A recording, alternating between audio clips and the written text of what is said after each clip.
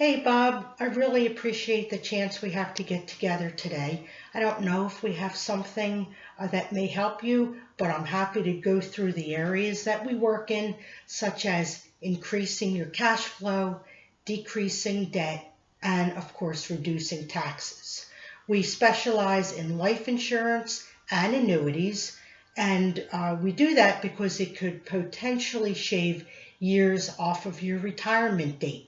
So sit back, relax, there's nothing to buy today. A little bit about our company.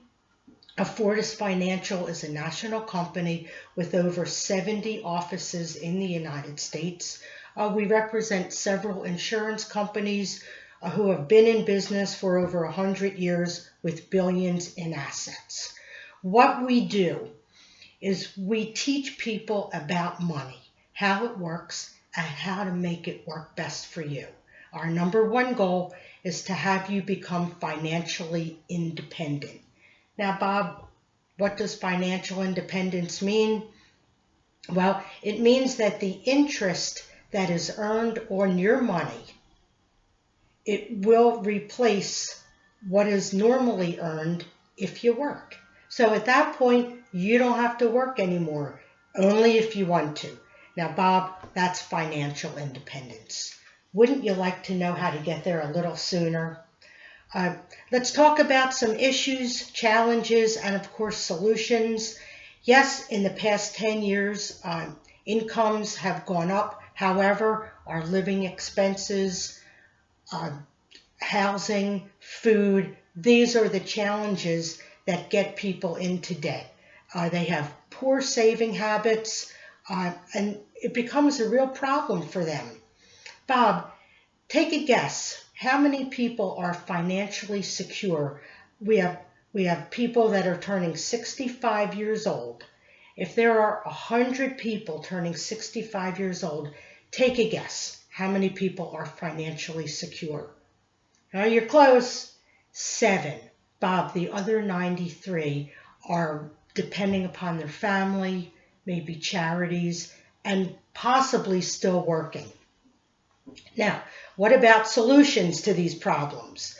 Well, we work in 7 key areas, the 7 steps to help build your financial future. The 7 steps will include increasing your cash flow, getting you out of debt, reducing taxes, and retiring as soon as possible. The goal is to get you financially independent much sooner than you expected. Bob, I'm going to rip through these 7 steps. Stop me if you have any questions. And I really want you to be thinking about your biggest needs so that we can put a strategy together for you. Step 1, inspect what you expect. You need to know where you're spending your money so that we can find out later where you're spending it and make sure that it's working best for you. We introduce you to a tool so that we can track your expenditures.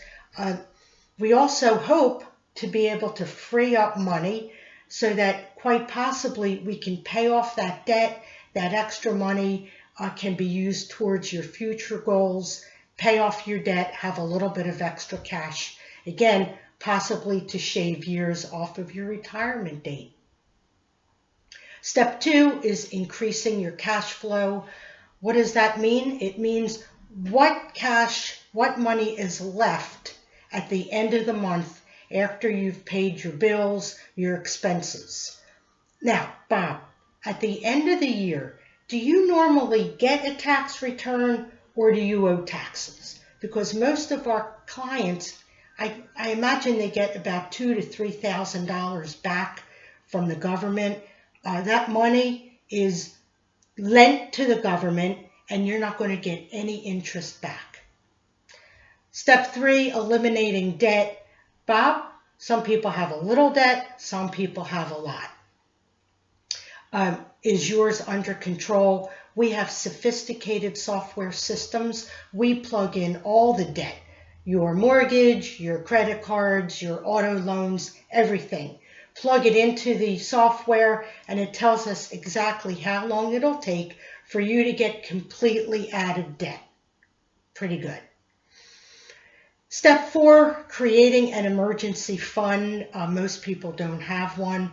So the problem is, if there's an expense, here comes the plastic, taking your credit card. So the problem is, if you need a new transmission, which might cost $1,800 to $2,000, you're paying it off over 3-4 years, that becomes $3,000 to $4,000. Bob, it really hurts people.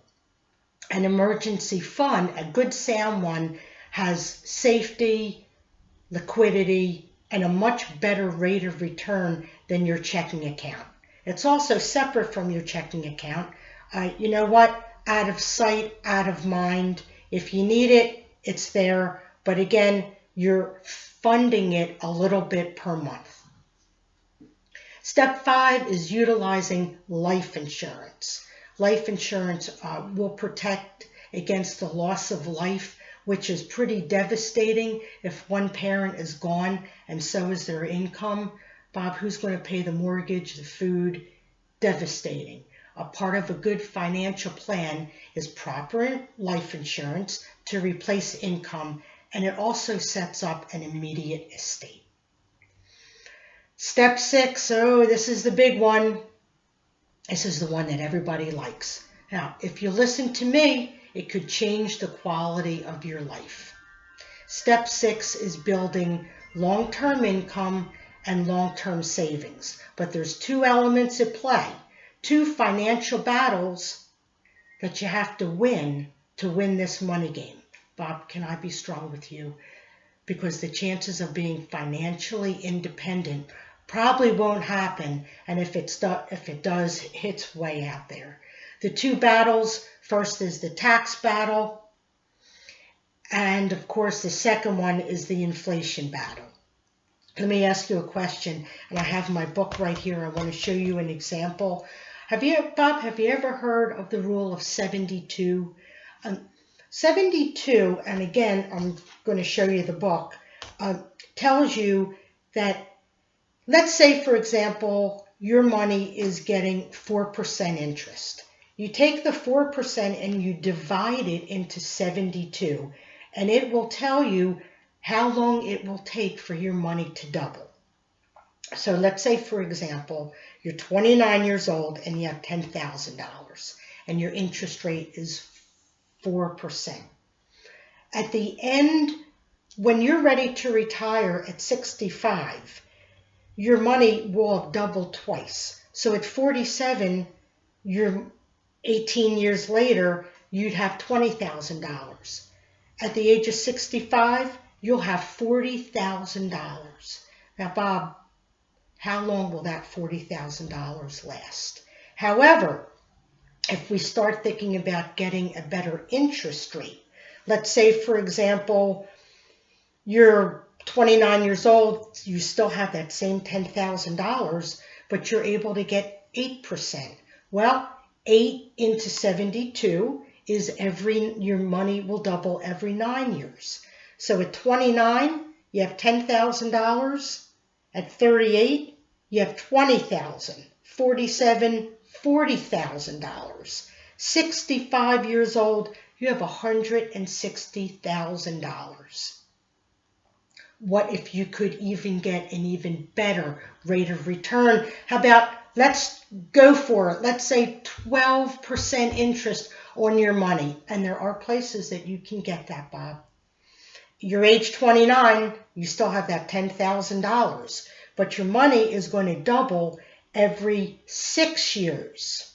It's going to make a big difference. At age 35, your money doubled to $20,000. At age 41, $40,000. At age 47, because your money is doubling every 6 years, you have $80,000. At 53 years old, you have $160,000.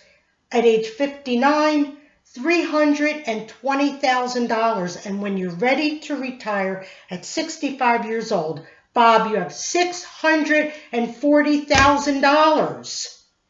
$600,000 more because your interest was far better than that 4%. So you had the same amount of money, you had the same amount of time. The one big difference was that interest rate, and you could see how big a difference that makes. So let's talk a little bit about the interest rate. So we've talked about the interest rate. Let's also talk about the 3 strategies that I'm going to show you where you can put your money. The first strategy, and again, I have my book out, is there's 3 strategies. The first strategy is called the fixed rate approach. Yes, it's a guaranteed rate, approximately 2 to 3% or less, because the inflation is the big problem here. If you put your money in the fixed rate and you're getting 2 to 3% and inflation is 4%, yes, your money's safe, but you're still not staying on top of inflation. At the other end of the spectrum is the stock market or mutual funds. Potential high rate of return, also high risk of losing your money, which could possibly happen. The third strategy is called the index strategy. All of your principal and interest is saved, and it's also protected. You can't lose any of your money, and it's linked to the S&P stock index, which has averaged about 10% over the last 25 years. So you're going to be getting a nice cap, possibly 12% on your money. The interest, again, the principal and your interest, you can never lose it. It will stay in your account. You're going to be getting between 8 and 12%. There's no downside like the stock market. There's absolutely no possible way that you could lose your money. So out of these 3, which one sounds best to you? I have another part of the book right here. Absolutely, I agree. The index fund, that's where I would place my money. The 7th step is also fairly important. I'd say it's estate planning, setting up a legacy so that your family doesn't have headaches and tax burdens. So we've talked about all 7 steps. Bob, I want to thank you for your time today. I just so much appreciate it. I have one more story to tell you. It's about the tax battle. So, and I have, again, a story about a gentleman, 30 years old, and we're going back a number of years now. He wants to save to have $1 million when he becomes 65 years old. So he walks into a bank. It sounds like a joke, but it's not really. He's 30 years old. He walks into the bank and he asks the banker, how much do I have to put away to get $1 million in 35 years? And now the banker is on the high side. He's even saying, you know what? We'll be able to get you 5% interest. Not today, but a couple years ago you could. The banker says, sir, if you put away approximately $1,640 a month, in 35 years from now, you'll have $1 million. Well, the guy leaves the bank totally devastated, and he doesn't put 1 penny away. It's the rate of return that really makes the difference, because if he can get a little bit better of a rate, let's say even 8% on his money, the banker says, you know what? All you'd have to do is put away $900 a month for 35 years. And the guy is still, it's a lot better than $1,640, but it's still a lot of money. The banker then says, you know what? There's a way that if you can get 12% on your money. All you'd have to do is put $440 away a month for 35 years, and you would have $1 million. Bob, it shaves years off your retirement date, and you'd be literally financially independent and ready for retirement. With that, again, I thank you for your time so much.